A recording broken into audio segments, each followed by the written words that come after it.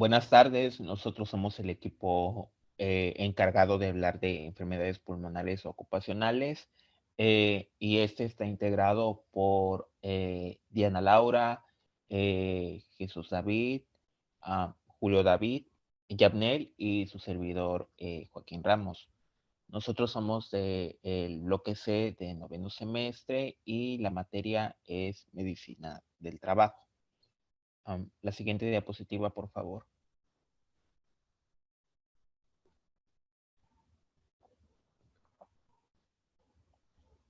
Bien, como introducción, el tracto respiratorio es usualmente lesionado por el uso generalizado de materiales potencialmente tóxicos que se encuentran en el medio ambiente y, en este caso, en el medio laboral. Tenemos que el tracto respiratorio va a responder a las lesiones tanto de manera aguda como de manera crónica. Tenemos que las respuestas agudas que van a ser en minutos y horas van a incluir rinosinusitis, laringitis, obstrucción de las vías respiratorias superiores, bronquitis, broncoconstrucción, alveolitis y edema pulmonar, entre otras. Por su parte, las respuestas crónicas incluyen el asma, la bronquitis, la bronquiolitis, la fibrosis parenquimatosa, la fibrosis pleural y el cáncer, ya en lesiones muy acentuadas. La siguiente diapositiva, por favor. Bien, tenemos que estas patologías es importante realizar un diagnóstico oportuno, pero ¿por qué? Porque el diagnóstico oportuno va a reducir tanto la morbilidad como la mortalidad y esto igualmente mejorará el pronóstico del paciente a largo plazo.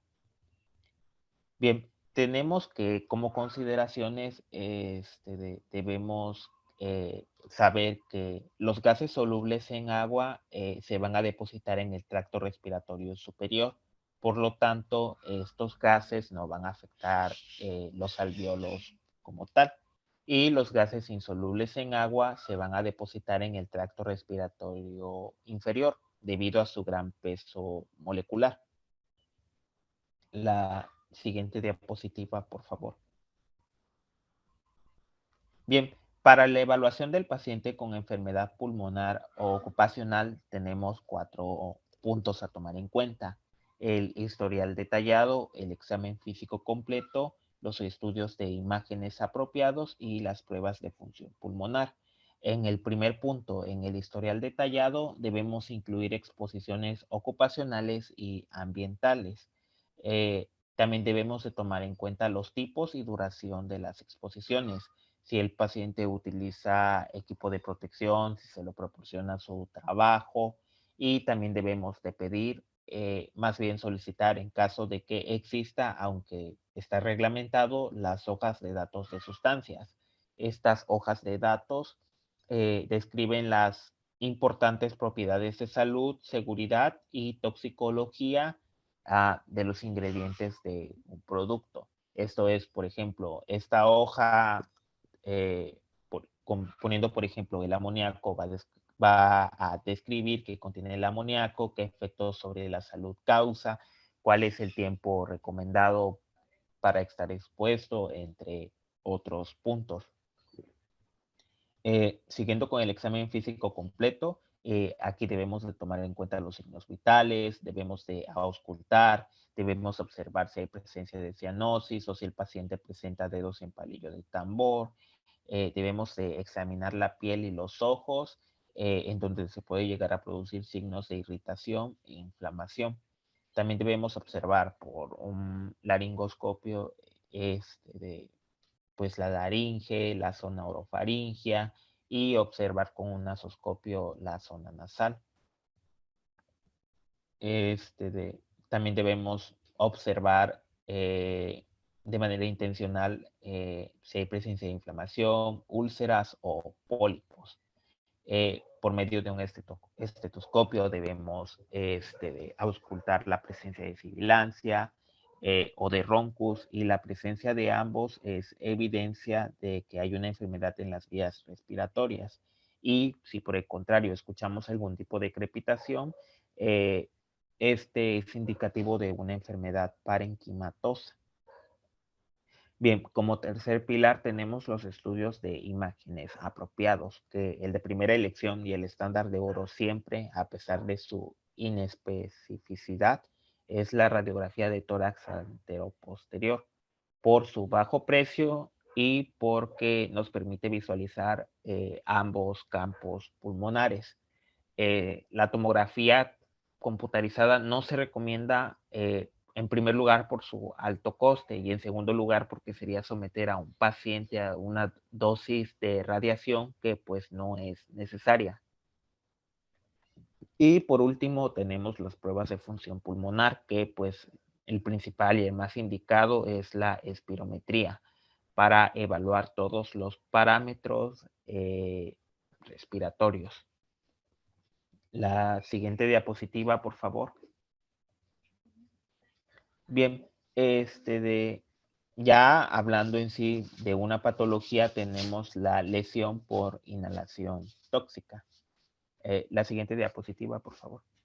Bien, tenemos que las exposiciones a corto plazo a altas concentraciones de gases o de humos o de neblinas nocivas, perdón, generalmente son el resultado de incendios o accidentes industriales y del transporte. Bien, tenemos que las lesiones por inhalación por exposiciones a alta intensidad pueden resultar en una insuficiencia respiratoria grave o la muerte en algunos casos. Tenemos que las exposiciones más graves generalmente ocurren después de grandes derrames industriales o de transportes o de incendios. Como tenemos, por ejemplo, el derrame que pasó hace algunos años en el complejo petroquímico de Pajaritos, aquí en Coatzacoalcos, que se mencionaba que muchos trabajadores sufrieron de quemaduras cutáneas, quemaduras de las vías respiratorias superiores por inhalar los compuestos químicos que se trabajaban pues en esa industria. Este de, eh, bueno, tenemos que dentro de estas lesiones los primeros efectos dependen del nivel de exposición y pueden variar desde una leve irritación conjuntival, que pues es el único signo que puede pasar, y también de la membrana respiratoria superior, pero esto ocurre a dosis bajas. Pero ya si se da una exposición a dosis altas puede haber edema pulmonar y laringio, que puede ser potencialmente mortal. Tenemos que otros factores importantes que debemos de tomar en cuenta es la duración de la exposición y la ventilación minuciosa de la víctima. La siguiente diapositiva, por favor. Bien, hablando de la patogénesis, tenemos que los efectos de la exposición por inhalación a materiales tóxicos pueden variar desde una leve irritación, como ya había mencionado, de tipo transitorio, de las membranas mucosas de las vías respiratorias superiores, hasta una patología conocida como síndrome de dificultad respiratoria del adulto mortal, porque pues puede llegar a causar la muerte, sobre todo cuando la exposición es a dosis altas y a tiempo prolongado. Bien, tenemos que los efectos respiratorios adversos dependen también de la concentración de las sustancias inhaladas. La exposición a dosis bajas a un agente soluble en agua, como el amoníaco o el cloro, puede producir irritación local de las membranas conjuntivales y de las vías respiratorias superiores. Vemos que la exposición moderada a dicho agente puede provocar ronquera, tos y broncoespasmo. Y la exposición aguda a un alto nivel puede causar el síndrome de dificultad respiratoria del adulto mortal, que ya les había mencionado anteriormente. Tenemos que los agentes insolubles al agua son muy irritantes para el parénquima pulmonar y pueden causar necrosis tisular debido a la lesión directa en los tejidos. La siguiente diapositiva, por favor. Y ya por último de mi parte, hablando de los hallazgos clínicos, tenemos que si la nariz y la garganta están muy quemadas o si hay ronquera o estridor, se debe sospechar de una laringitis causada por agentes químicos. Tenemos que la presencia de sibilancias tempranas sugiere que la exposición fue relativamente intensa. La radiografía de tórax será normal inmediatamente después de la exposición porque pues los tejidos no se encuentran del todo lesionados. La lesión ocurre a lo largo de los minutos u horas. Tenemos que la neumonitis química y el edema pulmonar pueden desarrollarse dentro de las 4 u 8 horas posteriores a una exposición intensa. Y que las mediciones de gases arteriales pueden mostrar hipoxemia debido a que se vio alterado el intercambio gaseoso en el pulmón. Y pues bueno, eso sería todo de mi parte. Seguiría mi compañero. Mi nombre es Diana Laura Lázaro Rodríguez y ahora les hablaré sobre lo que es el asma ocupacional. Como parte de los aspectos generales es importante definir qué es el asma y como tal tenemos que el asma es una enfermedad crónica inflamatoria, la cual va a afectar principalmente a lo que son las vías respiratorias y se va a acompañar de una obstrucción reversible de lo que es el flujo aéreo. Pero no tan solo hay obstrucción, sino que también hay hiperactividad bronquial, así como procesos inflamatorios. Y en casos ya más graves se puede llegar a producir como tal una remodelación bronquial, lo cual genera una obstrucción, en estos casos ya de tipo irreversible de lo que es el flujo aéreo. También es importante saber que el asma se va a distinguir por síntomas específicos, tales como la tos, disnea, la opresión torácica, así como también las sibilancias. Y como tal tenemos que el asma va a estar desencadenada por la exposición a los aeroalérgenos. Y estos son muy importantes porque estos aeroalérgenos van a inducir respuestas de hipersensibilidad temprana. Pero también tenemos que van a intervenir otros factores no tan específicos, dentro de los cuales destacan los conocidos o los llamados irritantes. ¿Y cuáles van a ser algunos ejemplos de estos irritantes? Tenemos como por ejemplo la contaminación ambiental, el humo del tabaco, todos aquellos polvos o vapores generados de los químicos. Inclusive también se menciona que el cambio climático y los gases producidos por estos cambios son irritantes actualmente. Y también tenemos otros desencadenantes como por ejemplo las infecciones respiratorias virales y en general pues todos aquellos factores asociados a esta predisposición genética que va a dar como tal una susceptibilidad en los pacientes, como voy a estar mencionando más adelante. Por todos estos factores es que como tal se considera al asma como una enfermedad de tipo multifactorial.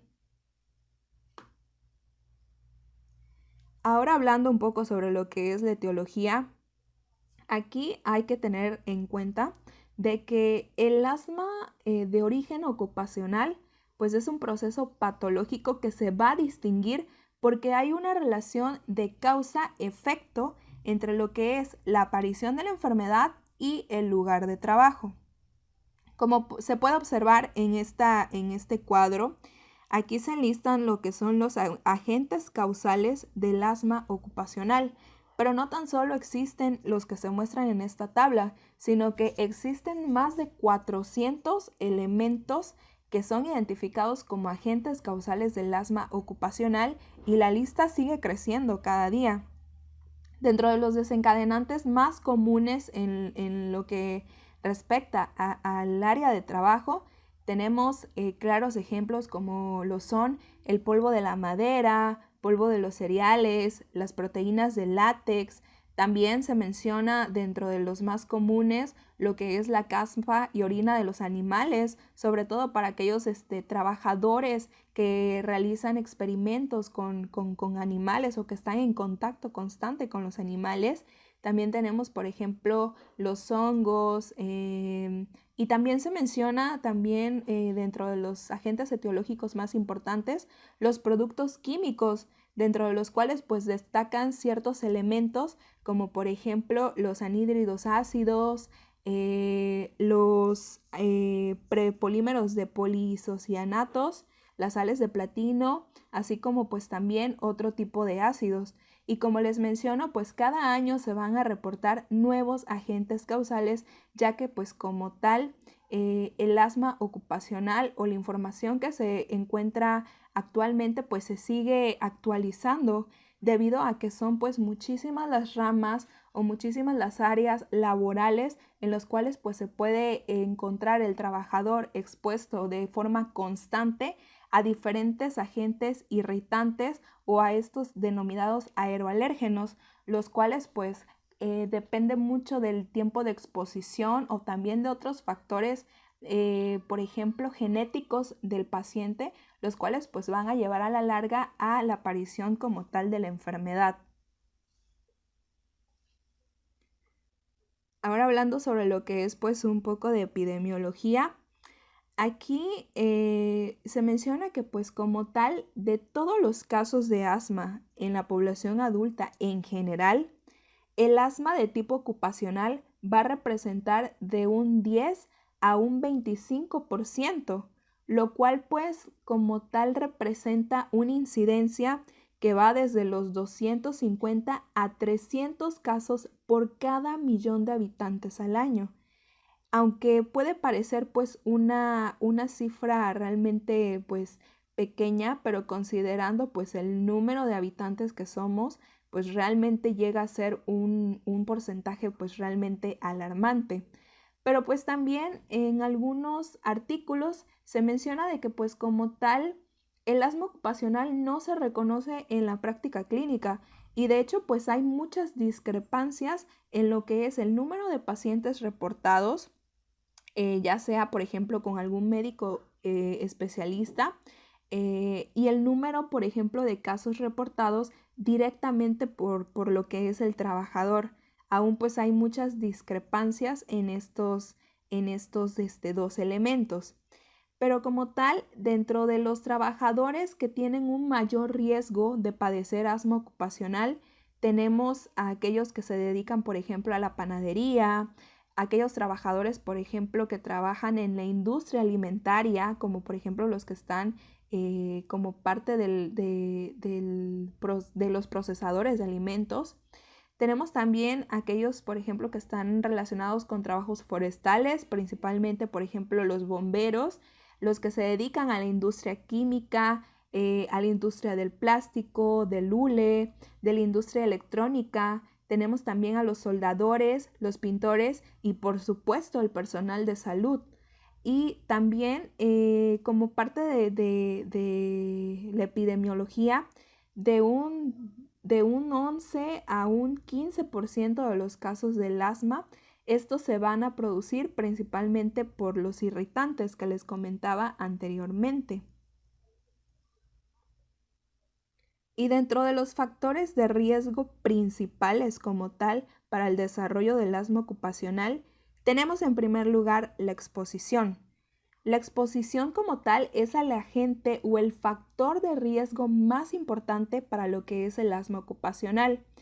Aquí puedo mencionar, por ejemplo, a ciertos agentes como por ejemplo la harina o los detergentes, en los cuales a los trabajadores que están en contacto constante o prolongado, por así decirlo, con estos agentes, aquí depende mucho de la intensidad de la exposición, lo cual pues va a ser como tal pues un factor determinante para producir asma de tipo ocupacional en este tipo de pacientes.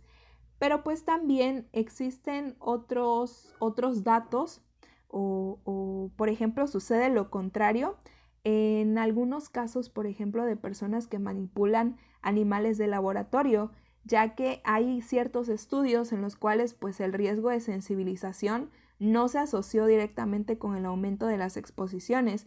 Por eso les menciono de que pues todavía existen como que muchas discrepancias entre por ejemplo, si realmente depende de la intensidad de la exposición, lo que va a ocasionar lo que es el asma de tipo ocupacional. Pero lo que sí hay que tener en cuenta es que no tan solo depende de la intensidad, sino que también va a haber pues participación de múltiples factores, como lo es por ejemplo la susceptibilidad genética, la atopia y muy importante también el hábito de fumar, que a continuación voy a mencionar. En el caso de la atopia, el asma ocupacional producida principalmente por lo que son los agentes de peso molecular alto, la exposición a ciertos detergentes, animales de laboratorio o por ejemplo por irritantes, esto va a ser, digamos que la causa principal que va a desencadenar el asma de tipo ocupacional en los sujetos atópicos. En el caso del tabaquismo, aquí pues igual hay muchas discrepancias. Aún todavía el efecto del tabaco en lo que respecta al desarrollo del asma ocupacional, pues todavía sigue sin ser completamente claro. Pero pues hay cierta evidencia, lo cual demuestra de que hay un mayor riesgo en lo que son los fumadores activos y que pues tienen algún trabajo de riesgo o que están en constante contacto con lo que son pues los principales agentes etiológicos y desencadenantes del asma. Aquí también vamos a tener de que pues el tabaquismo pues como tal sí llega a predisponer al asma, pero no tan solo al asma, sino que también a múltiples neumopatías, dentro de las cuales pues destaca la enfermedad pulmonar obstructiva crónica. Así que pues esto es un dato a considerar, ya que el asma pues no es la única patología que puede estar ocasionada o que puede tener una mayor predisposición a través del tabaquismo, sino que hay múltiples patologías relacionadas. En el caso de la predisposición genética, aquí pues como tal, la susceptibilidad genética para padecer lo que es el asma ocupacional, pues en realidad no difiere mucho de la del asma no ocupacional. Aquí se mencionan que existen 4 genes implicados en lo que es la susceptibilidad de padecer asma ocupacional, los cuales pues se dividen en los siguientes grupos. Dentro del primer grupo nos menciona que hay una predisposición genética a aquellos genes que están asociados con la inmunidad innata y con la inmunorregulación. En el segundo grupo tenemos a los genes asociados con la diferenciación de células Th2 y sus funciones efectoras. En el grupo 3 tenemos a los genes asociados con la inmunidad de mucosas y biología del epitelio. Y en el grupo 4 tenemos a los genes asociados con la función pulmonar, la remodelación de las vías aéreas y la severidad de la enfermedad. ¿Qué es lo relevante de este punto? Aquí lo más relevante es saber que pues la susceptibilidad genética aquí depende de otros factores. Por ejemplo, cuando hay una combinación con lo que es la exposición ocupacional, con la exposición del medio ambiente, pues como tal pues puede afectar la aparición del asma, porque se modifica como tal el efecto que tiene un gen en su fenotipo. Y pues también cabe destacar de que pues no tan solo es la exposición ocupacional, sino que hay muchos otros factores que pueden influir en la aparición del asma, como lo es, por ejemplo, factores climáticos, factores personales, sociales, y pues también hay que tener en cuenta, por ejemplo, si el paciente ya tiene alguna otra comorbilidad o cualquier otro factor relacionado con la salud. Y como tal, recientes estudios han sugerido de que pues muchos de los factores ambientales interactúan con los genes a través de mecanismos epigenéticos, lo cual pues en combinación, si ya el paciente de por sí tiene una predisposición genética, en combinación pues con todos estos aspectos antes mencionados, pues puede dar como tal la aparición de la enfermedad. En el caso de la clasificación del asma, tenemos de que pues el asma como tal se va a agrupar en el asma ocupacional per se y el asma agravada por el trabajo. En el caso pues del asma ocupacional, per se, esta se va a dividir en la que es de tipo inmunológico, la cual pues está inducida por agentes sensibilizantes, y el asma inducida por irritantes. Hablando sobre lo que es el asma de tipo inmunológico, o bueno, esta categoría de tipo inmunológico, esta se va a distinguir porque como tal el asma aparece después de un periodo de latencia. Este periodo de latencia por lo general varía entre los 6 a los 12 meses y es necesario para adquirir como tal la sensibilización al alérgeno. Este tipo de asma pues va a estar causado principalmente por agentes de alto peso molecular, los cuales pues van a estar asociados a mecanismos de hipersensibilidad de tipo 1, la cual pues está mediada por inmunoglobulina E, un aspecto muy importante a recordar. Pero pues también puede ser inducida por agentes de bajo peso molecular, pero en este caso, aquí lo que se destaca de estos agentes de bajo peso es que requieren como tal la aptenización, sobre todo con proteínas endógenas, para que se puedan formar como tal alérgenos completos, y esto es lo que le confiere a estos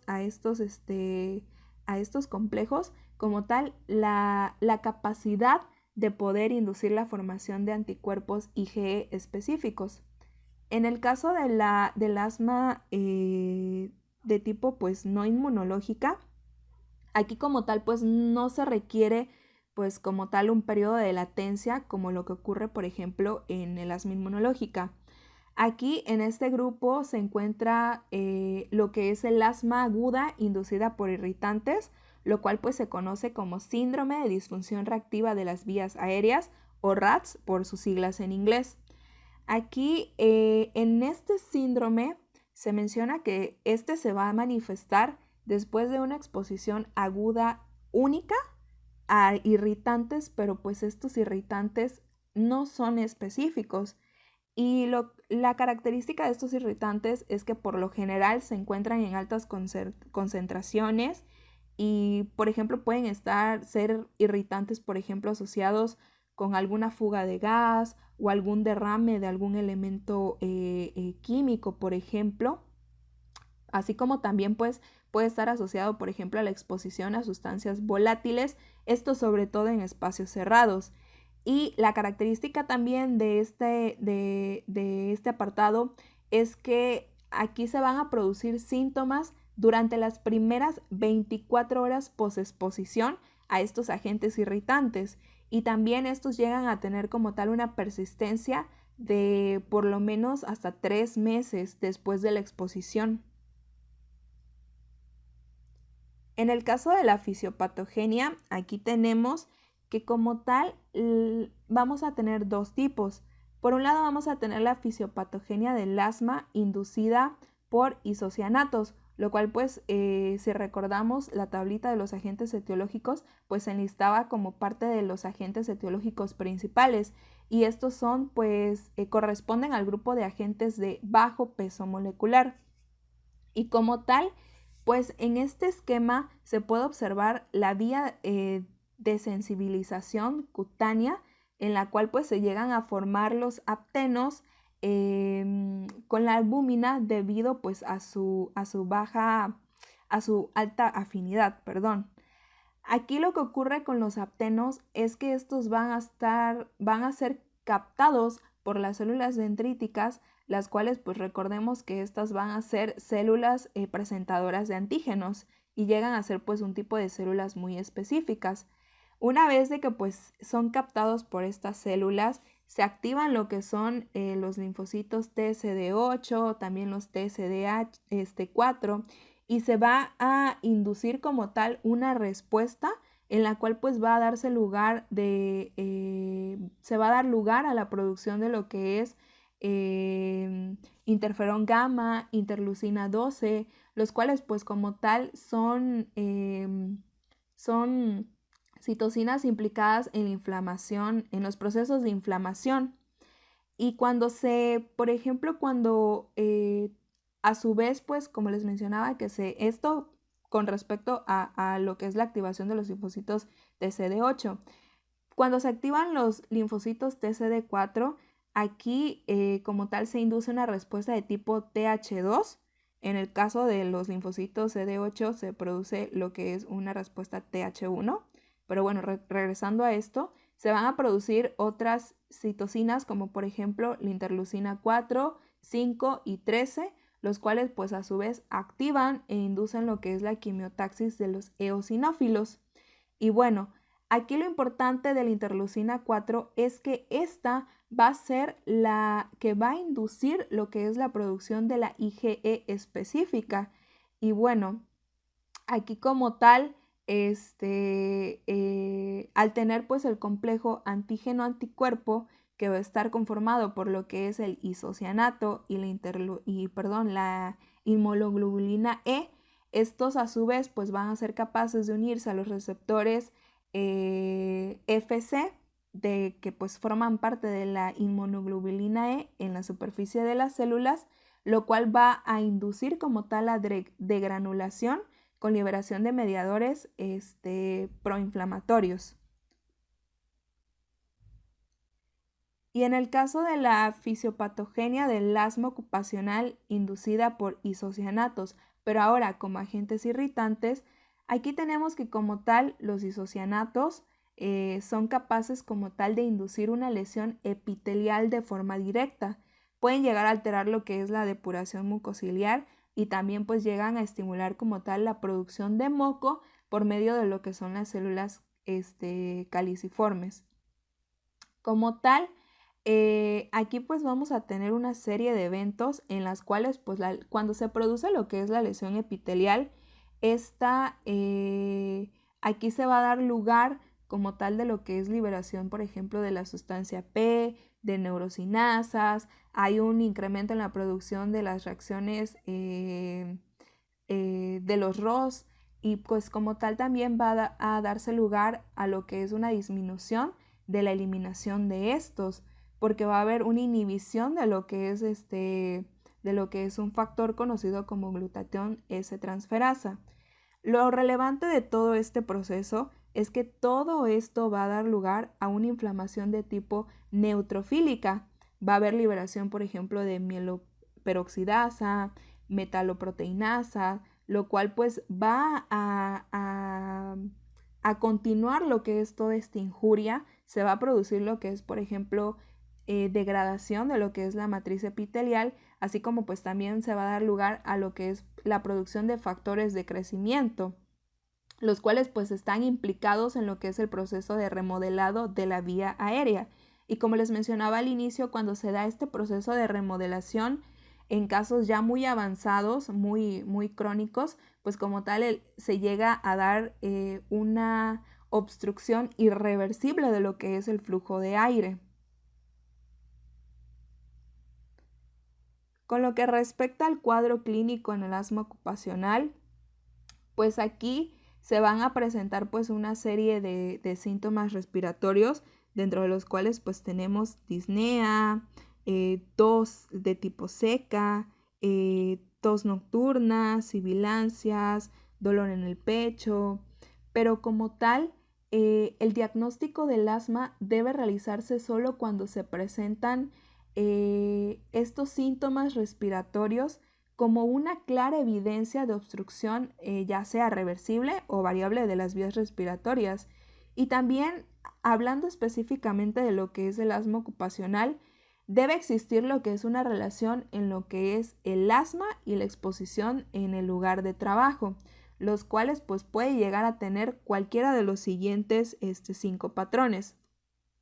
Dentro de esto se mencionan que los síntomas ocurran únicamente en el trabajo, que los síntomas mejoren en los fines de semana, durante las vacaciones o en los días de descanso del paciente, que los síntomas ocurran regularmente después del turno del trabajo, o sea, después de la exposición a todos estos agentes irritantes o estos aeroalérgenos.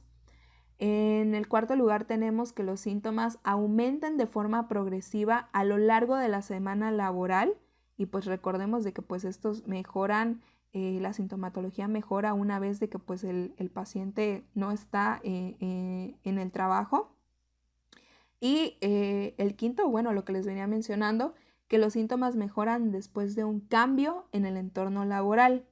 Y bueno, al menos uno de los síntomas, por ejemplo, de sibilancias, de dificultad para respirar, de tos o de opresión en el pecho, debe ocurrir mientras el trabajador está en el lugar de trabajo. O se menciona que estos llegan a aparecer, por ejemplo, dentro de las 4 a 8 horas posteriores cuando el paciente sale del lugar del trabajo. Y bien, aquí también, dentro de lo que es pues el diagnóstico del asma ocupacional, debe considerarse este diagnóstico cuando ya nuestro paciente tiene antecedentes de episodios recurrentes de bronquitis y que éste esté relacionada desde, por ejemplo, desde que el paciente ingresó a trabajar a donde labora actualmente. Pues se deben indagar pues todos estos antecedentes. Para poder establecer el diagnóstico definitivo de lo que es el asma, pues es necesario confirmar, en primer lugar, la existencia de lo que es el asma bronquial y en segundo, relacionar este padecimiento con lo que es el medio laboral. Y como en cualquier otra patología, para poder llegar a lo que es un diagnóstico, se requiere pues de lo que es la realización de una historia clínica detallada de lo que es el paciente y hay que incluir todo, completamente todo. Y muy importante es indagar sobre el lugar de trabajo, con qué sustancias esté en contacto el paciente y sobre todo buscar la manera de relacionar si el asma realmente está ocasionada por la exposición laboral, al hacer preguntas como por ejemplo si sus síntomas aparecen durante el trabajo o por ejemplo durante un periodo de tiempo cuando finaliza su jornada laboral y pues bueno, todos estos aspectos que estuve mencionando en la diapositiva anterior.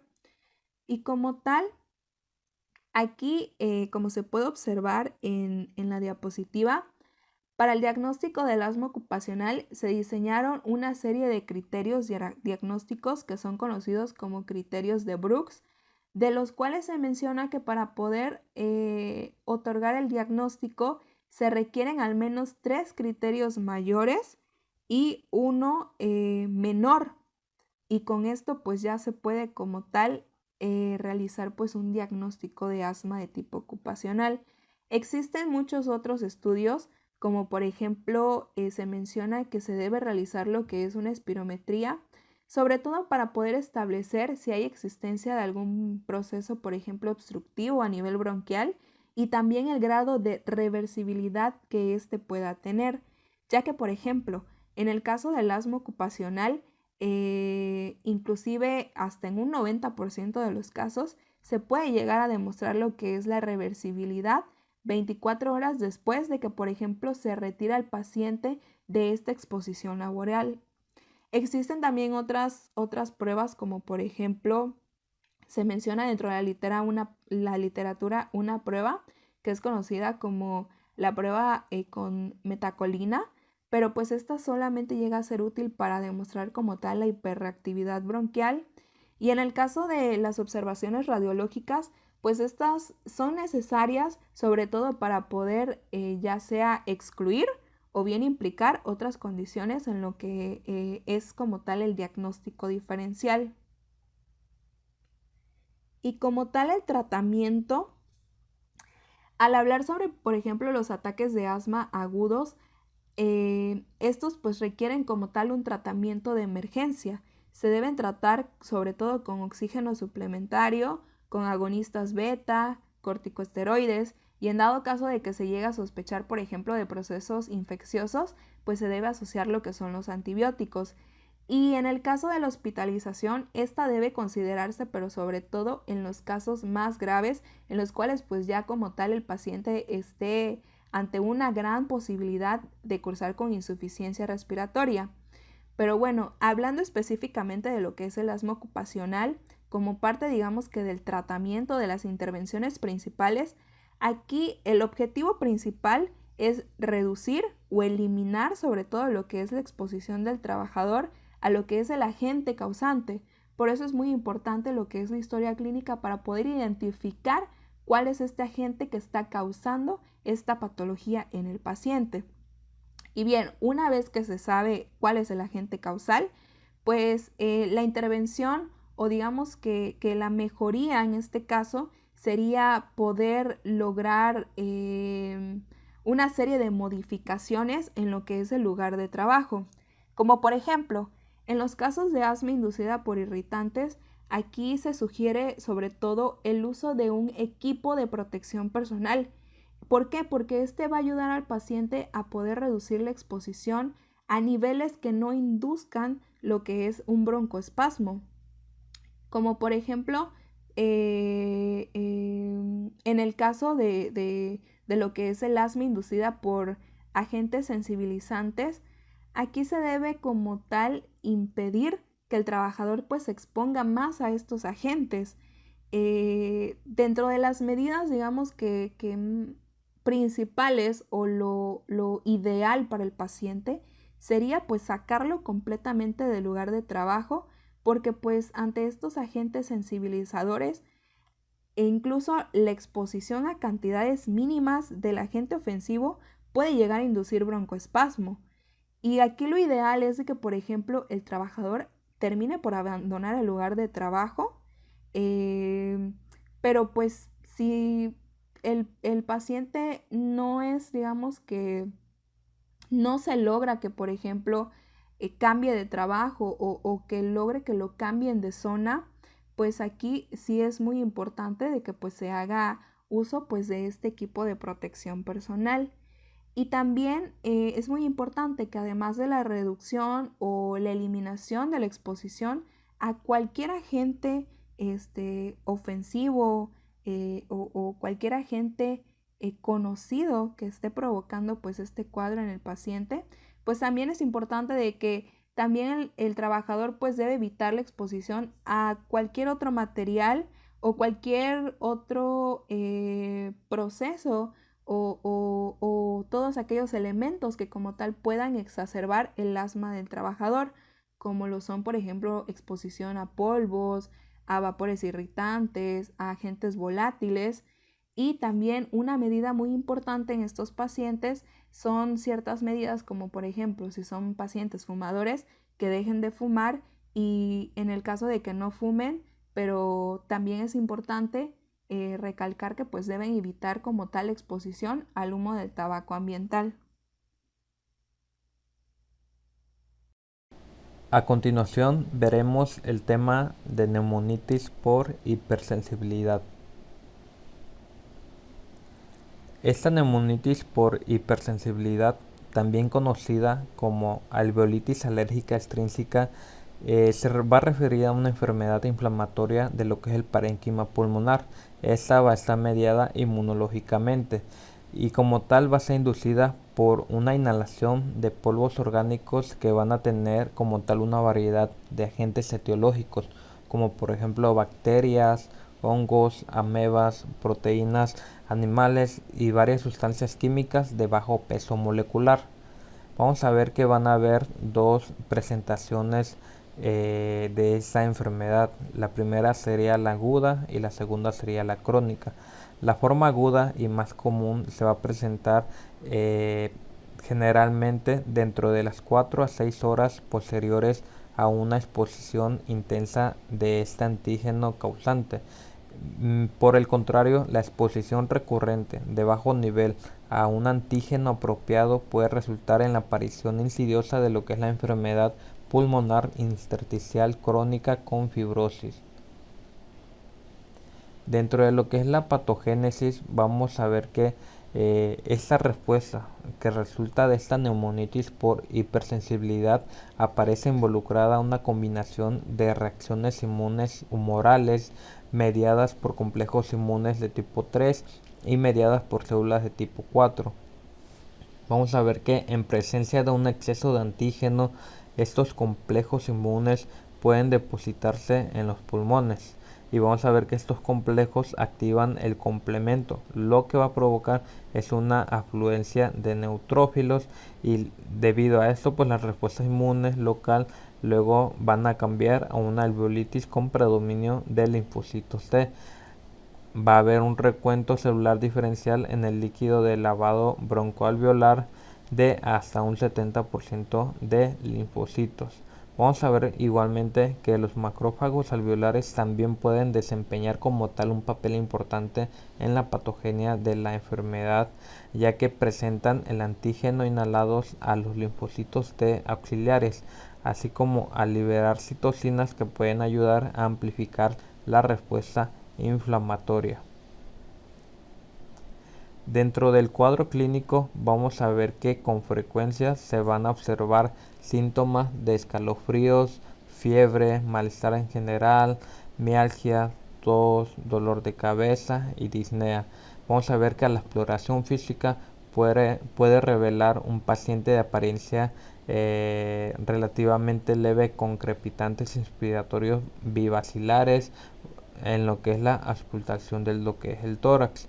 Dentro de los hallazgos del laboratorio también van a incluir una leucocitosis de sangre periférica con aumento de neutrófilos y una linfopenia relativamente disminuida. Los hallazgos radiográficos del tórax pueden ser completamente normales, incluso en aquellos individuos sintomáticos. Sin embargo, por lo general, la fase aguda se asocia con presencia de un patrón reticulonodular e incluso también se pueden observar densidades irregulares que tienden a fusionarse. Estos infiltrados suelen tener una distribución bilateral, pero a veces se presentan con una presentación más bucal. Vamos a ver que el paciente igual puede desarrollar insuficiencia respiratoria progresiva con síntomas de disnea, tos, fatiga excesiva y pérdida de peso sin episodios agudos. En cuanto al diagnóstico, vamos a ver que el diagnóstico de neumonitis por hipersensibilidad se debe sospechar en aquellos pacientes con síntomas respiratorios episódicos y donde hay evidencia de infiltrados fugaces en las radiografías de tórax o deterioro restrictivo en las pruebas de función pulmonar. Vamos a ver que en aquellos estudios serológicos que demuestran anticuerpos precipitantes de monoglobulina G específicos que se hace mediante lo que es la técnica tradicional de doble inmunodifusión, van a ser positivos en la mayoría de los pacientes con neumonitis por hipersensibilidad.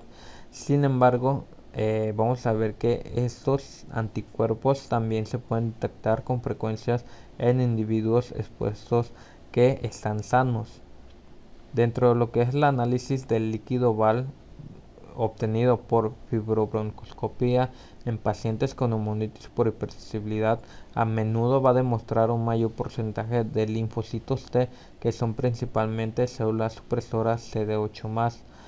En cuanto a lo que es la biopsia de pulmón, esta puede ser necesario para hacer el diagnóstico en casos difíciles como aquellos con la forma crónica y una presentación insidiosa de disnea. Vamos a ver que se va a preferir la cirugía toracoscópica asistida por video a la biopsia pulmonar abierta, porque como tal la biopsia transbronquial puede no proporcionar el tejido adecuado para la diferenciación patológica de la neumonitis por hipersensibilidad de otras enfermedades como por ejemplo la sarcoidosis. Dentro de las complicaciones vamos a ver que la principal complicación de la neumonitis por hipersensibilidad es el desarrollo de fibrosis pulmonar irreversible. Vamos a ver que la clave para el tratamiento de la neumonitis por hipersensibilidad es evitar lo que es el antígeno causante. Esto se puede lograr mediante la sustitución de productos o la institución de controles de ingeniería efectivos. Igual, el equipo de protección respiratorio también puede ser apropiado en situaciones donde la posible exposición es solo ocasional.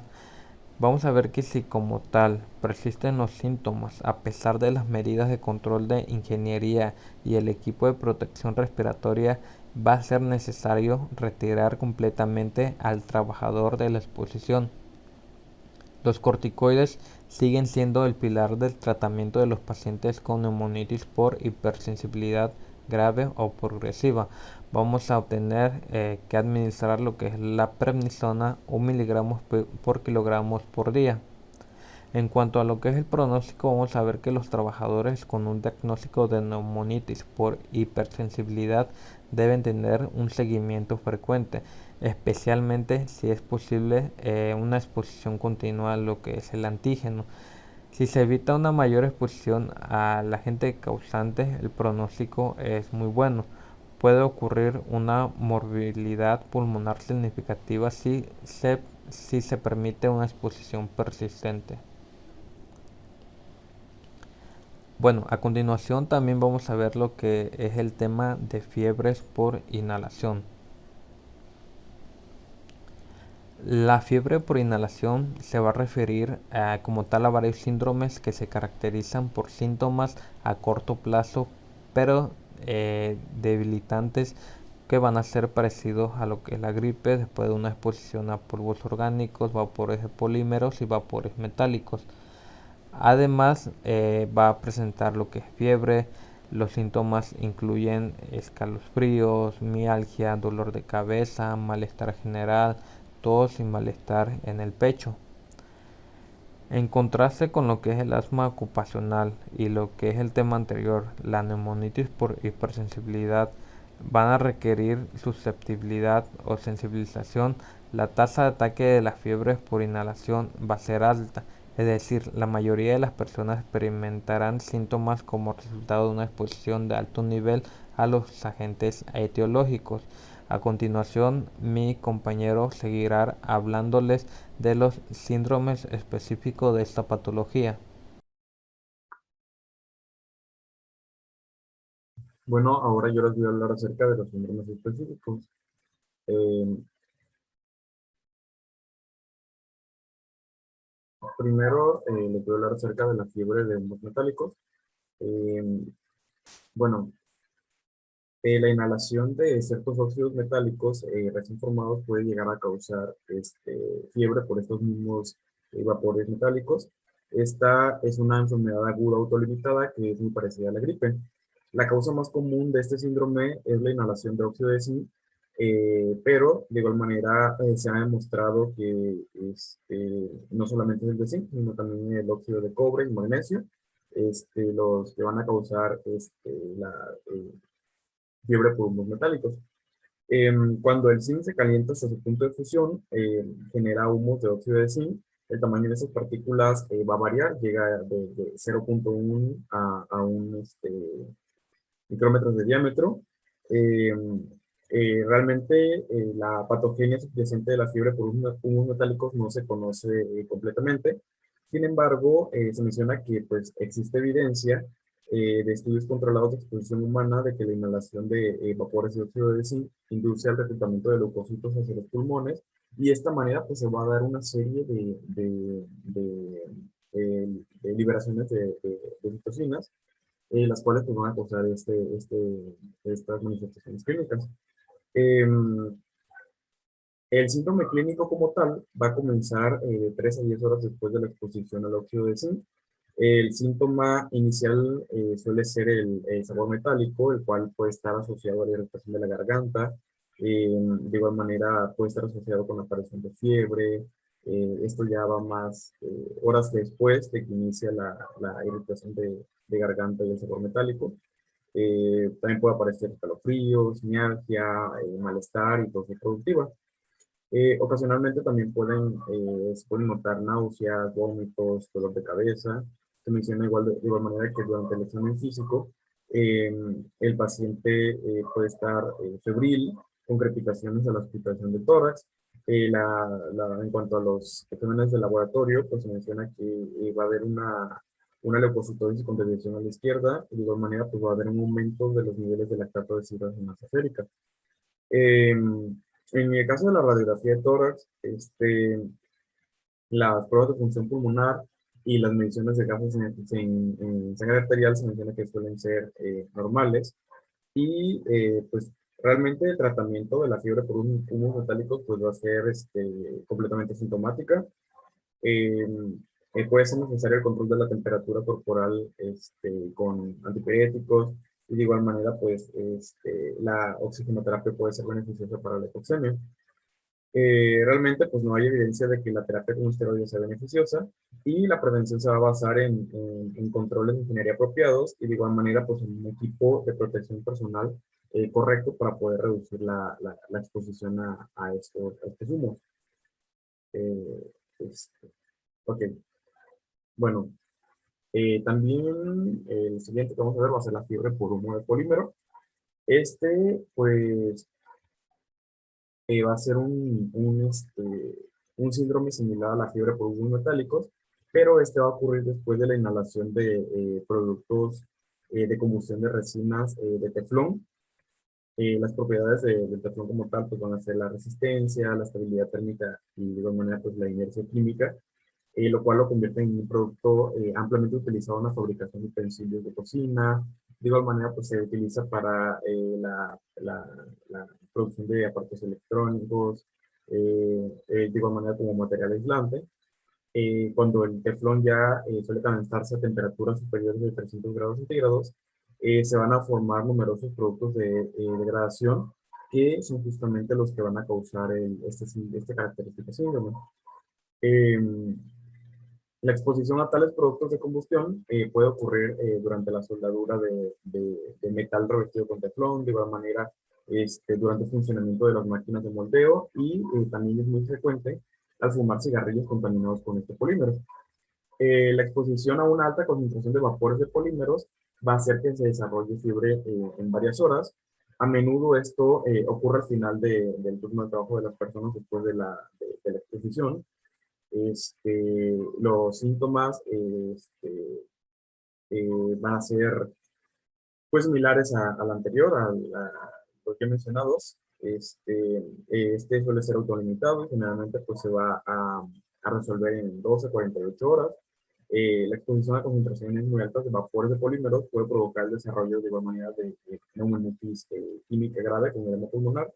En estos casos, los síntomas, signos y características del laboratorio van a ser similares al edema pulmonar por algunas otras causas. Bueno, pues ahora vamos a ver el síndrome tóxico del polvo orgánico. Pues se va a dar por la inhalación de varios bioaerosoles contaminados con hongos, bacterias o algunas endotoxinas que son justamente las que van a causar este síndrome tóxico del polvo orgánico. Eh, la exposición a astillas de madera enmohecidas, aguas residuales, polvo de grano, polvo de algodón, neblina de humidificación, van a ser pues algunos factores que se van a asociar al desarrollo de la fiebre por inhalación. Es completamente idéntico a los anteriores, a la fiebre por el vapores de metales o de polímeros, y de alguna manera las manifestaciones van a ser las mismas. Más que nada, pues se ha descrito con reacciones inflamatorias pulmonares graves, en exposiciones masivas, pero pues realmente es muy raro.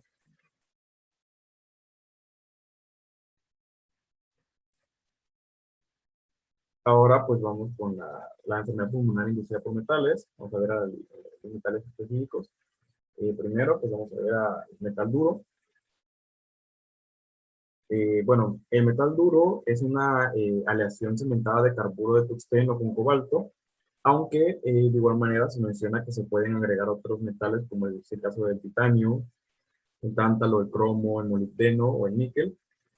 Estos carburos cementados han encontrado un amplio uso industrial debido a sus propiedades de extrema dureza, de igual manera resistencia pues más que nada resistencia al calor. Su uso principal va a ser en la fabricación de herramientas de corte y superficies de punta de taladro. Los trabajadores expuestos a metales duros van a correr el riesgo del desarrollo de la enfermedad pulmonar intersticial. La denominada enfermedad de metales duros es no ocupacional. Eh, la, este, la supuesta causa de estos dos procesos patológicos va a ser el cobalto. Algunos de los trabajadores pueden llegar a presentar características de enfermedades de las vías respiratorias y del parénquima, inducidas por esos metales. Eh, este, bueno, generalmente pues esos trabajadores que tienen contacto con ese tipo de metales suelen quejarse de síntomas como es el caso de disnea de esfuerzo, tos, producción de esputo, opresión en el pecho y fatiga. En el examen físico se pueden revelar signos de crepitantes en la auscultación del tórax, de igual manera reducción de la expansión del tórax, atrofagía, y pues en algunos casos también se encuentran cianóticos en los pacientes. En el caso de las radiografías de tórax, pueden mostrar opacidades bilaterales redondeadas o de igual manera irregulares, sin características patognomónicas. Las pruebas de función pulmonar tienden a mostrar un deterioro ventilatorio restrictivo y en,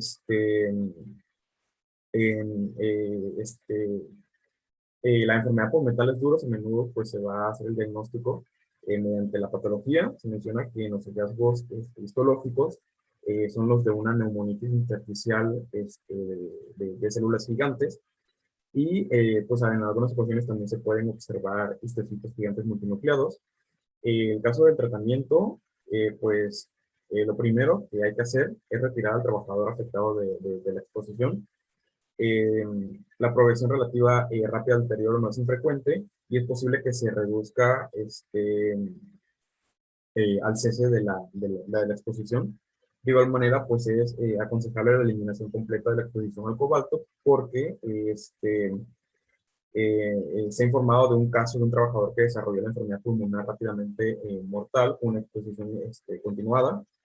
De igual manera, pues es posible que este tipo de pacientes requieran tratamiento empírico con corticosteroides. Bueno, ahora pues vamos con con los siguientes, el siguiente metal específico, que es el berilio. Bueno, el berilio es un metal ligero y extensible que tiene un alto punto de fusión y buenas propiedades para la aleación.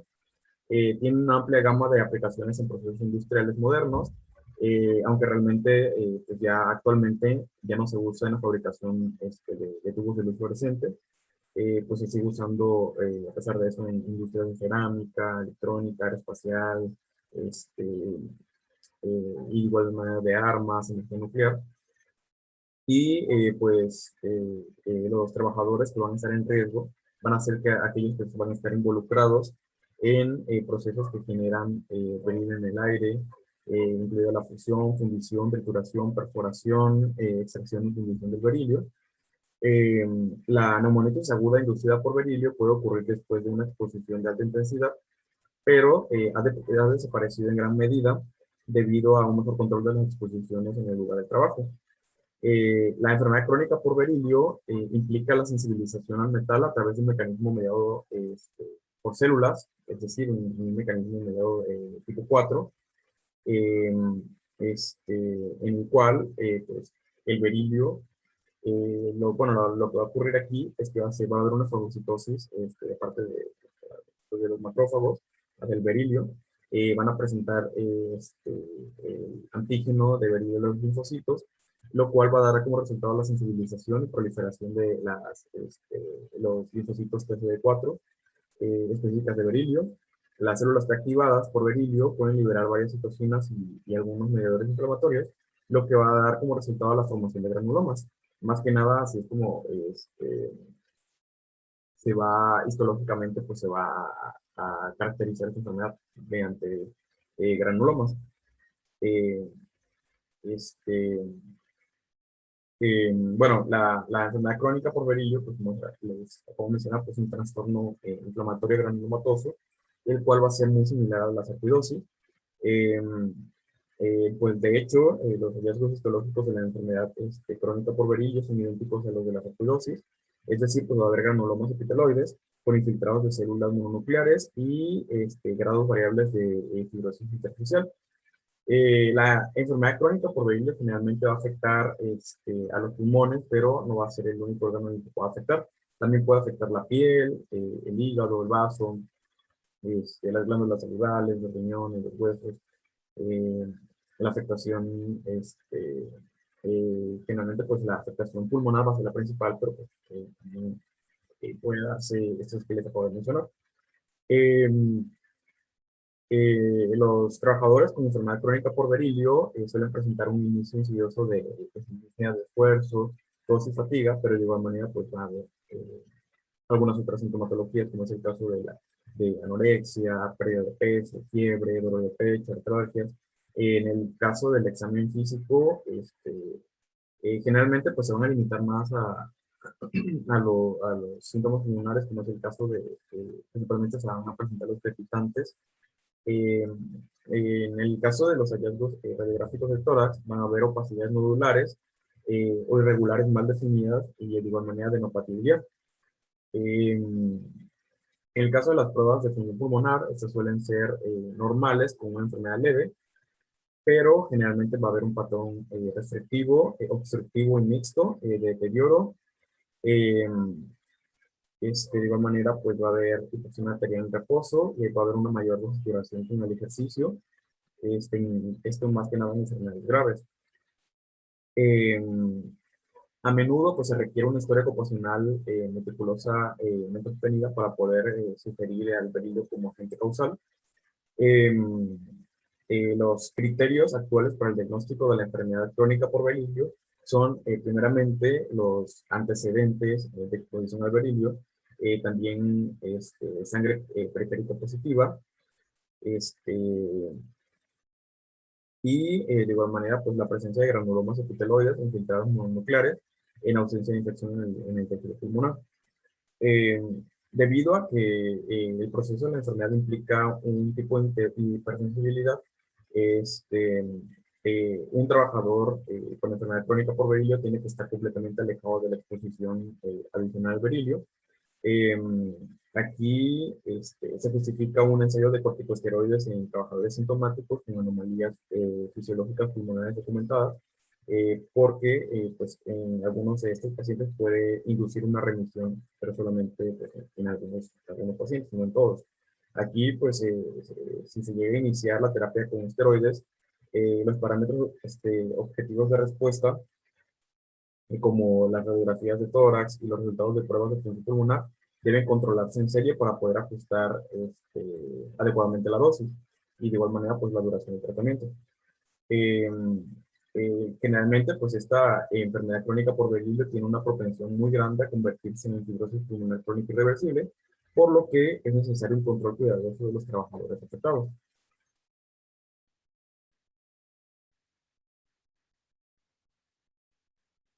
Bueno, ahora vamos con las neumoconiosis específicas. Tenemos a la silicosis. Bueno, la silicosis es una enfermedad pulmonar parenquimatosa que resulta por la inhalación de dióxido de silicio eh, o sílice en forma cristalina. La sílice es un componente importante de la roca y la arena y los trabajadores con potencial eh, propensión a desarrollar esta enfermedad pues van a ser los mineros, los pulidores de arena, los trabajadores de fundición, perforadores de túneles, trabajadores de cantera, escultores de piedra, trabajadores de cerámica y trabajadores de producción de harina de sílice. Aquí, pues, la exposición a la sílice puede conducir a uno de los tres patrones de la enfermedad. Primero tenemos a la silicosis crónica simple, que generalmente sigue a más de 10 años de exposición al polvo, con menos del 30% de cuarzo. Tenemos el segundo patrón, que va a ser la silicosis subaguda o acelerada, que generalmente pues va de una exposición de 2 a 5 años, y la silicosis aguda, que a menudo se observa después de una exposición intensa a polvo fino de alto contenido de sílice durante un periodo de varios meses. En el caso de la silicosis crónica, esta se va a caracterizar por la formación de nódulos silicóticos en el parénquima pulmonar y los ganglios linfáticos ciliares. Las lesiones en los ganglios linfáticos ciliares pueden clasificarse en un patrón de cáscara de huevo, que aunque solo en una pequeña proporción de casos es virtualmente patognomónico de silicosis, no en todos los casos. Eh, La afectación del parénquima pulmonar tiende a tener predilección por los lóbulos superiores y en el caso de la silicosis acelerada, esta va a ser similar a la silicosis crónica, excepto que el lapso de tiempo es más corto y en el caso de la silicosis aguda, es una condición rara que se observa en trabajadores que están expuestos a concentraciones muy altas de polvo de sílice libre en partículas finas. Tales exposiciones ocurren con frecuencia en ausencia de protección respiratoria adecuada. Los hallazgos característicos difieren de la silicosis crónica, más que nada en que los pulmones muestran consolidación sin nódulos silicóticos y los espacios alveolares están llenos de líquido similar al que va a estar encontrado en la proteinosis alveolar pulmonar. La silicosis aguda conduce a la muerte en la mayoría de los casos. Aquí, en el caso de la fisiopatología, pues los macrófagos alveolares van a jugar un papel muy importante en la patogénesis de la silicosis, porque esas células van a inhibir sílice inhalada y luego van a liberar citocinas que van a reclutar y van a estimular a otras células.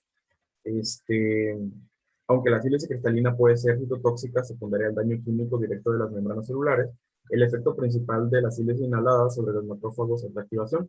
Los macrófagos activados de la sílice pues van a reclutar y van a activar a los linfocitos T, a su vez van a reclutar y activar a una población secundaria de monocitos y macrófagos, y los macrófagos activados van a producir citocinas que van a estimular la proliferación de fibroblastos y de igual manera pues van a producir mayores cantidades de colágeno. Eh, Va a haber pocos signos y síntomas de silicosis simple crónica. El diagnóstico suele darse mediante radiografías de tórax y generalmente pues van a revelar pequeñas opacidades redondas, van a ser generalmente menores de 10 milímetros de diámetro en ambos pulmones, con predilección por las zonas pulmonares superiores. Si se obtiene del paciente un historial ocupacional adecuado junto con una revisión exhaustiva de las radiografías de tórax, el diagnóstico de silicosis no debería presentar gran dificultad. En el caso de las pruebas de función pulmonar en pacientes con silicosis simple, generalmente suelen ser normales, pero en ocasiones pueden demostrar evidencia de un defecto ventilatorio restrictivo leve y disminución de la distensibilidad pulmonar. Además, ocasionalmente se encuentra un deterioro obstructivo leve en pacientes con silicosis simple, a menudo como consecuencia de una bronquitis crónica causada por efectos inespecíficos del polvo o de igual manera causadas por el tabaquismo. Con la silicosis complicada que involucra fibrosis progresiva, se observa un aumento de la disnea, inicialmente con el esfuerzo y luego progresando a disnea en reposo.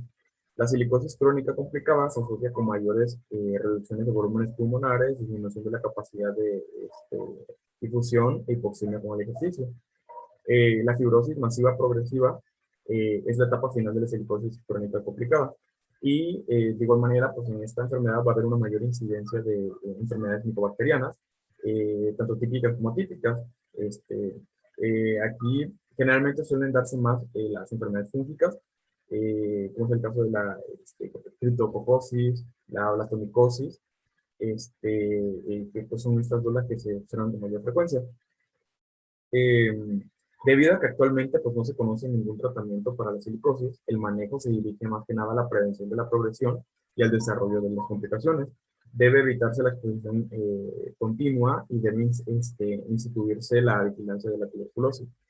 Las personas tuberculínicas positivas con silicosis tienen un mayor riesgo, aproximadamente de 30 veces, de desarrollar tuberculosis y por lo tanto pues deben de recibir tratamiento para la tuberculosis latente con un régimen que haya demostrado su eficacia. En el caso de la silicosis aguda, se ha empleado el lavado terapéutico de todo el pulmón para eliminar físicamente el sílice de los alvéolos. Y en el caso del pronóstico de los pacientes con silicosis crónica, generalmente suele ser bueno, especialmente si pues, se retiran de la exposición. Sin embargo, pues la mortalidad pues, sigue siendo generalmente alta si los pacientes llegan a presentar con fibrosis masiva progresiva. Y pues eso es todo de mi parte. Muchas gracias.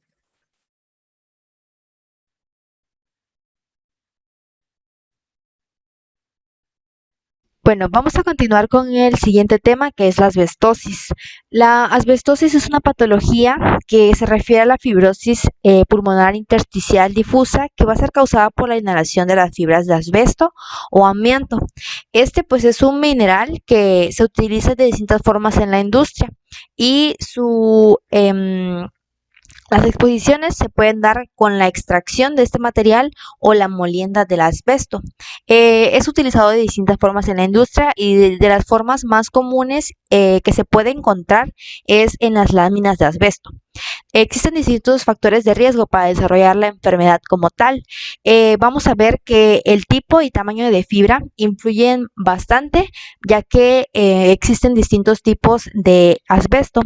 Igual, la intensidad y la duración de la exposición son un factor de riesgo debido a que los trabajadores con un menor tiempo de exposición tienen menos probabilidades de desarrollar la enfermedad y se ha demostrado que los trabajadores con más de 20 años laborando en la industria del asbesto tienden a padecer más estos problemas. Asimismo, los pacientes que tengan el antecedente de tabaquismo, pues es un factor que puede aumentar las posibilidades de padecer la asbestosis o cualquier otro trastorno pulmonar como tal. Y pues aquí también va a influir lo que es la susceptibilidad individual. Bueno, las fibras inhaladas se van a depositar principalmente en las bifurcaciones de las vías respiratorias, conductoras y de los alvéolos. Aquí van a llegar y van a ser fagocitadas por los macrófagos. Aquí, tras esta acción, pues se va a producir una respuesta inflamatoria peribronquial que va a involucrar la proliferación y estimulación de fibroblastos. Esto posteriormente puede conducir a una fibrosis. Esa es básicamente la patología de la enfermedad. Se conoce un periodo de latencia de alrededor de 20 años aproximadamente, desde el inicio de la exposición hasta la presentación clínica de la enfermedad como tal. Es por esto que muchos trabajadores que han tenido la exposición, pero que tienen un menor tiempo de exposición, no desarrollan la enfermedad como tal, pero pueden desarrollarla por este periodo de latencia y también aquellos que tienen mucho más tiempo de trabajar con esta exposición, pues van a tener mayor prevalencia de esta enfermedad. Bueno, ya con el diagnóstico vamos a ver que se debe tener lo que es el historial de la exposición. Como tal, la historia clínica laboral pues va enfocada a todos aquellos agentes que puedan producir alguna enfermedad. En el caso de las enfermedades pulmonares, meramente es la exposición al asbesto. Se debe de investigar cuánto tiempo se expuso, de qué manera se expuso, para ver si puede ser un paciente que presenta asbestosis o realmente puede ser otra patología, dependiendo del agente al que se expuso. Dentro de los síntomas que se van a encontrar en estos pacientes es una disnea progresiva y asimismo una tos no productiva. Esto es importante porque pues, nos puede ayudar a guiarnos en el diagnóstico. Y en los estudios diagnósticos, pues nos podemos apoyar de algunos métodos de imagen, como es una radiografía simple de tórax.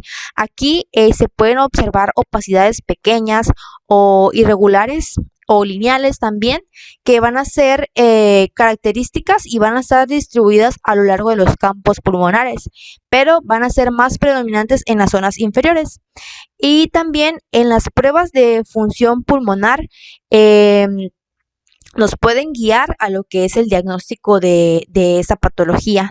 Igual se menciona que en las radiografías se puede observar una pérdida de la silueta cardíaca y de los semidiafragmas, pero esto va a ser como en una enfermedad mucho más avanzada.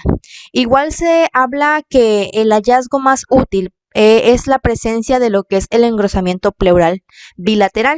Esto no va a ocurrir comúnmente con otras patologías que cursan con fibrosis.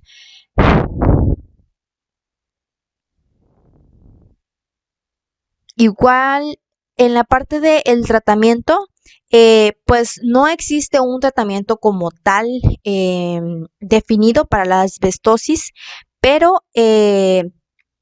se han hecho estudios donde se mencionan algunos fármacos que pueden ser utilizados como los corticosteroides, aunque existe cierta controversia ya que pues no se ha demostrado como tal un beneficio para los pacientes con el uso de los corticosteroides.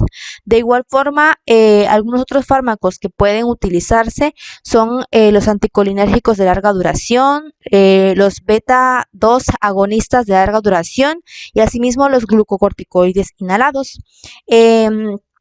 Dentro de los pacientes que tengan lo que es una presión de oxígeno menor a 55 milímetros de mercurio, está recomendado lo que es la oxigenación. Y dentro de la bibliografía que utilicé, mencionaba un tratamiento quirúrgico.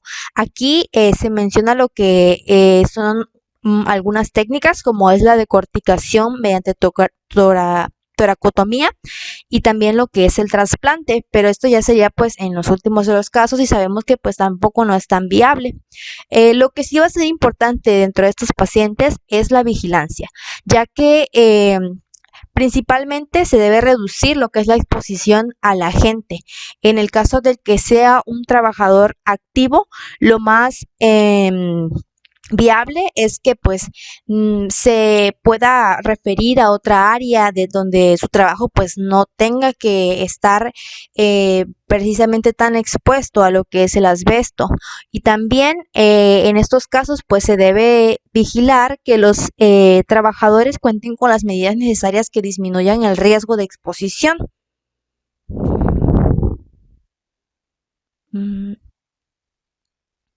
Bueno, hablando de otra patología, tenemos lo que es la neumoconiosis de los trabajadores del carbón. Esta es una enfermedad pulmonar parenquimatosa causada por la inhalación del polvo del carbón, como su nombre lo dice. Dentro de los factores de riesgo, pues principalmente son aquellos mineros que trabajan ya sea de manera subterránea o como tal como los perforadores en las minas de cielo abierto. Igual, otro factor de riesgo para desarrollar esta patología es lo que es la carga, ya que entre más alta sea esta carga de exposición a este agente, pues se va a desarrollar esta enfermedad. Igual, se va a observar en los trabajadores que han pasado más de 20 años laborando. Y pues si son trabajadores que tienen menos tiempo laborando, existe aproximadamente un 5% de probabilidad de que desarrollen esta enfermedad. Bueno, dentro de la patogenia, pues vamos a ver que va a haber una lesión primaria, que es conocida como mácula de carbón. Esta se va a formar cuando la carga de polvo inhalado excede a la cantidad que se puede eliminar por los macrófagos alveolares y por el aclaramiento mucociliar. Esto va a conducir a una retención de carbón en las unidades respiratorias terminales. También puede haber un engrosamiento progresivo de esta mácula que va a debilitar la pared de los bronquioles para crear lo que es un área focal de enfisema centrolobular.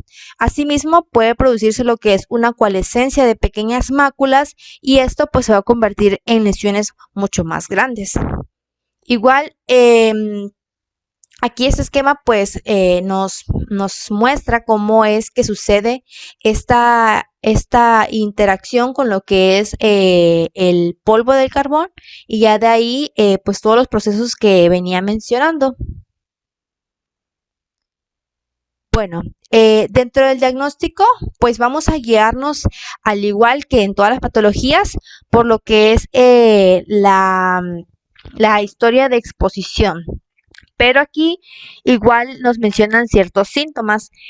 Aquí va a ser una tos productiva de lo que es esputo. Igual hay una clasificación que la clasifica a esta patología como simple y en estos casos se puede que el paciente se vaya a presentar sin síntomas, que sea una presentación asintomática. Y en el caso de que sea una una de tipo complicada, los síntomas son similares a los de la silicosis. Eh, Dentro de lo que es la radiografía, pues va a ser un estudio de imagen que igual nos va a ayudar con lo que es el diagnóstico de esta patología. Aquí se presentan lo que son opacidades redondeadas en el parénquima pulmonar. Y asimismo, en la clasificación que se tiene, en la patología de tipo simple, estas opacidades tienen que ser menores a 10 milímetros de diámetro. Y en la complicada, estas opacidades se observan con un mayor diámetro, que va mayor de 10 centímetros 10 milímetros de diámetro. Bueno, como tal, el seguimiento para estos pacientes, pues dentro de lo que es el tratamiento, igual no hay un tratamiento específico para esta enfermedad. Si la patología es de tipo simple, normalmente tiene un curso benigno, no va a progresar a lo que es una insuficiencia respiratoria, pero en el caso de que sea complicada, los pacientes pueden presentar síntomas respiratorios de leves a graves y también van a presentar un deterioro significativo de la función pulmonar. Dentro de esta patología, pues igual deben de realizar algunas medidas, como es alejar al trabajador de la exposición y se recomienda que exista una vigilancia donde se incluyan radiografías periódicas para evaluar el daño.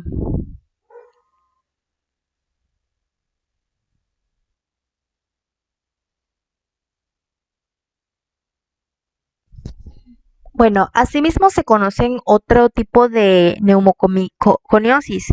Estas van a implicar a otros agentes que igual pueden desarrollar la patología. En esta tabla pues nos engloba algunos. Vamos a hacer un poco de zoom. Bueno, nos habla de algunas otras sustancias, como lo puede ser el berilio. Este pues es utilizado en lo que es la industria aeroespacial y electrónica. Asimismo, pues se utiliza en lo que es en cerámicas o prótesis dentales. Lo que es la exposición al talco, pues esto va a estar relacionado a algunas minas o empresas de cuero, de papel, medicamentos o maníacos. Lo que es la mica, esta pues tiene una utilización industrial de 3 compuestos, los que se mencionan aquí en la tablita. Lo que es también el coalín, que es una arcilla china que se utiliza en lo que es en relleno de plásticos, adhesivos y la fabricación de ladrillos, entre otros. Estos son algunos silicatos, algunos otros pueden ser los polvos radiopacos inertes, como lo es el hierro, la plata, el estaño, el bario, el antimonio y tierras raras. Aquí pues nos va describiendo cada una de estos polvos. Algunos otros pues son los polvos inorgánicos diversos, como lo puede ser el aluminio, el cobalto, el carburo de tungsteno, lo que es el carburo de silicio, cloruro de polivinilo, dióxido de titanio, fibras minerales sintéticas, minerales usados por los técnicos dentales y algunos agregados a nylon. Estos de estos no se menciona mucho, pero pues va a desarrollar una enfermedad como tal, con los mismos síntomas y tendría que llevar el mismo control que como tal como la neumoconiosis de los trabajadores de carbón. Bueno, pasamos a la otra enfermedad, que es la enfermedad pulmonar obstructiva crónica.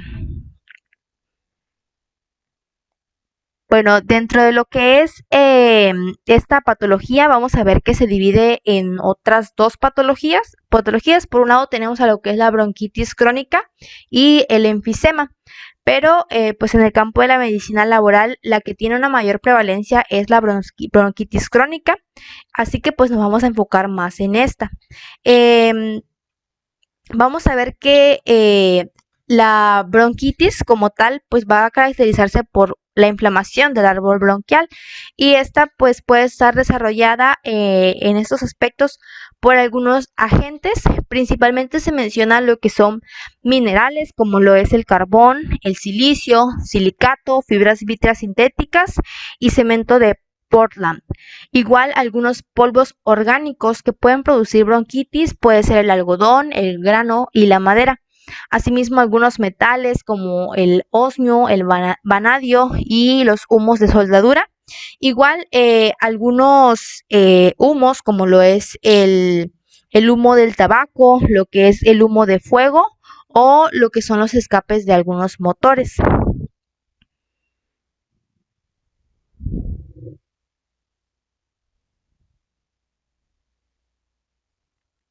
Bueno, dentro de la patogenia, pues vamos a ver que los agentes irritantes van a causar una inflamación de las vías respiratorias al activar lo que son las células epiteliales y los macrófagos para liberar quimiosinas y citocinas inflamatorias. Pues como tal, los macrófagos activados van a liberar algunas proteasas que van a dañar lo que es el tejido pulmonar y que van a estimular la hipersecreción de moco, que pues también van a provocar lo que es una remodelación de las vías respiratorias. Pues igual esto a largo plazo pues nos va a conducir a otras patologías, pero pues a grandes rasgos esta es la patogenia de la bronquitis crónica, y aquí pues hay una representación de cómo va a haber pues esta remodelación con una inflamación de lo que es la pared y el exceso de moco que se va a producir. Dentro del diagnóstico, pues como ya hemos venido mencionando, es importante detectar la exposición en el trabajo, y esto va a ser importante porque existen pues diversos irritantes que pueden desarrollar esta enfermedad. Igual, pues lo que es el antecedente de exposición crónica va a ser necesario para el diagnóstico como tal de enfermedad pulmonar obstructiva crónica, pero de tipo ocupacional.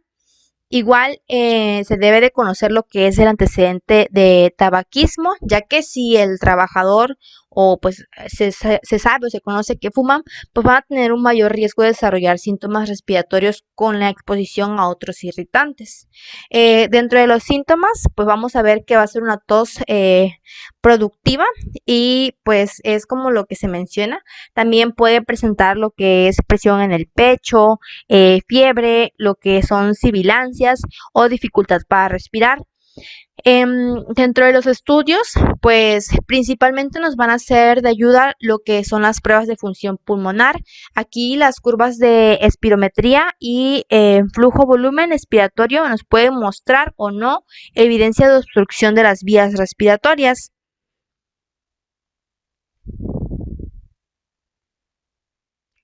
Dentro del tratamiento, pues como es una patología de una etiología pues multifactorial, el tratamiento debe de tener un enfoque multifocal. Igual, como ya habíamos mencionado, si el trabajador pues fuma, lo más recomendable es que disminuya en mayor medida este hábito, o pues igual si lo puede eliminar pues sería lo más óptimo. Igual se debe enfocar el tratamiento en reducir o eliminar la exposición al agente causante. Como pues mencionamos, puede referirse el trabajador a otra área, o pues igual asegurarnos de que los pacientes pues puedan tener la protección adecuada. Dentro de los fármacos que se utilizan para esta patología se conoce igual lo que son los beta 2 agonistas, esteroides inhalados y agentes anticolinérgicos inhalados. Van a tener pues efectos beneficiosos para estos pacientes.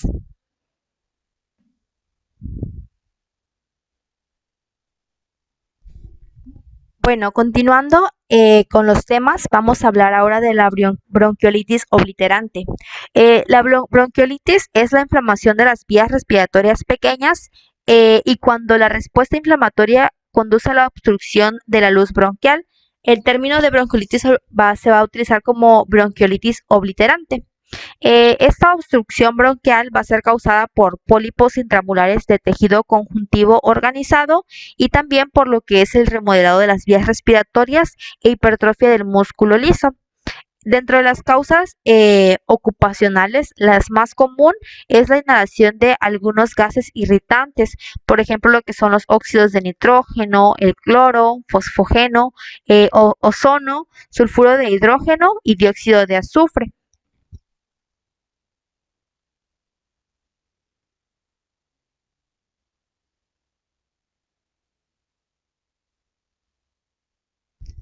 Bueno, para establecer el diagnóstico de esta patología, es necesario pues tener esta presentación clínica que va a ser de inicio insidioso, de una tos y una disnea, y también puede haber lo que es una limitación irreversible del flujo de aire presente en las pruebas de función pulmonar. Se menciona que pueden haber cambios mínimos en la radiografía de tórax, pero como tal no se menciona qué tipo de cambios. Bueno, continuando, vamos a hablar por último de los trastornos pleurales. Vamos a ver que dentro de la mayoría de los trabajadores que van a tener derrames pleurales se deben por una exposición al asbesto y estos pues pueden ser asintomáticos. De igual, la mayoría de estos derrames pueden ser de tipo benigno y como pues ya mencionamos, en su gran, bueno, se debe a lo que es una exposición de asbesto en la mayoría de los casos. Igual, vamos a ver que pues este tipo de patología va a estar relacionada con la exposición, ya que ante una mayor exposición, pues va a haber un mayor riesgo de desarrollar la patología, ya que pues igual se pueden presentar dentro de 5 a 20 años posteriores a la exposición. Como tal, el derrame asociado a lo que es el asbesto se va a definir como tal a este como un historial significativo de exposición ocupacional con un periodo latente apropiado desde el inicio de la exposición. Se deben de excluir lo que son otras causas conocidas de derrame pleural y también se debe de llevar lo que es una evaluación repetida del derrame dentro de un mínimo de 2 años para confirmar que es benigno. Pues este tipo de patología pues puede ser unilateral o también puede haber alguna afectación bilateral. Esta va a ocurrir aproximadamente en el 10% de los casos de los derrames pleurales benignos que van a estar asociados a lo que es el asbesto. Igual puede ser lo que es al principio como una primera manifestación de lo que es esta enfermedad, que es la asbestosis.